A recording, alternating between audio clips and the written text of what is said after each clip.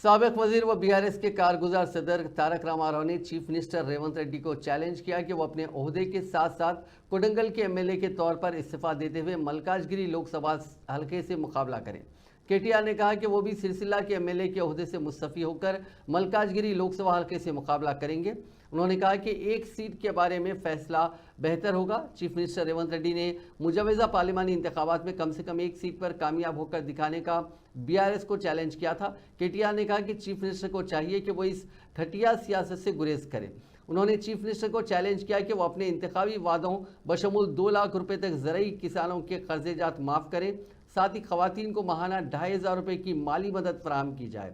KTR ने अवाम से 420 वादे करने का हुकूमत पर इल्ज़ाम लगाया। बीआरएस के जुमे को होने वाले चलो मेडीगड्ढा प्रोग्राम के सिलसिले में मीडिया से बात करते हुए उन्होंने कांग्रेस की सरकर्दा नशिस्तों के लिए पेमेंट कोटा और पीछे के दरवाजे से दाखिले का कांग्रेस पर इल्ज़ाम लगाया। రుణమాఫీ చేయి నేను కూడా అనవచ్చు.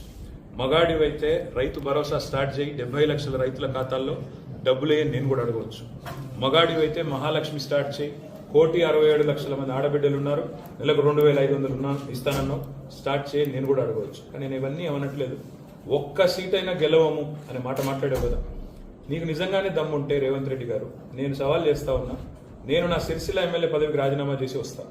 నువ్వు నీ ముఖ్యమంత్రి పదవికి కొడంగల్ ఎమ్మెల్యే పదవికి రాజీనామా చేసిరా. నీ సిట్టింగ్ సీటు మల్కాజ్గిరిలో ఇద్దరం కొట్లాడదాం. ఆ ఒక్క సీట్లోనే తేల్చుకుందాం. ఈ రాష్ట్రం అంతా అతలాకుతలం చేయాల్సిన అవసరం లేదు. ఆ ఒక్క సీట్లోనే నేను వస్తాను మా పార్టీ తరఫున, నీ తరఫున నూరా, నీ కాంగ్రెస్ పార్టీ తరఫున అక్కడ తప్పకుండా తేల్చుకుందాం. ఎందుకంటే ఒక్క సీటు గెలవను అని మాట్లాడుతున్నాం. మరి నీ మల్కాజ్గిరి పార్లమెంట్ సీట్లో అసలు ఎన్ని ఎమ్మెల్యేలు గెలిచింది కాంగ్రెస్ పార్టీ? గుండుస్తున్నా. ఎంతమంది కార్పొరేటర్లు గెలిచారు నీ మల్కాజ్గిరి పార్లమెంట్ పరిధిలో? కాబట్టి గెలుపు ఓటమి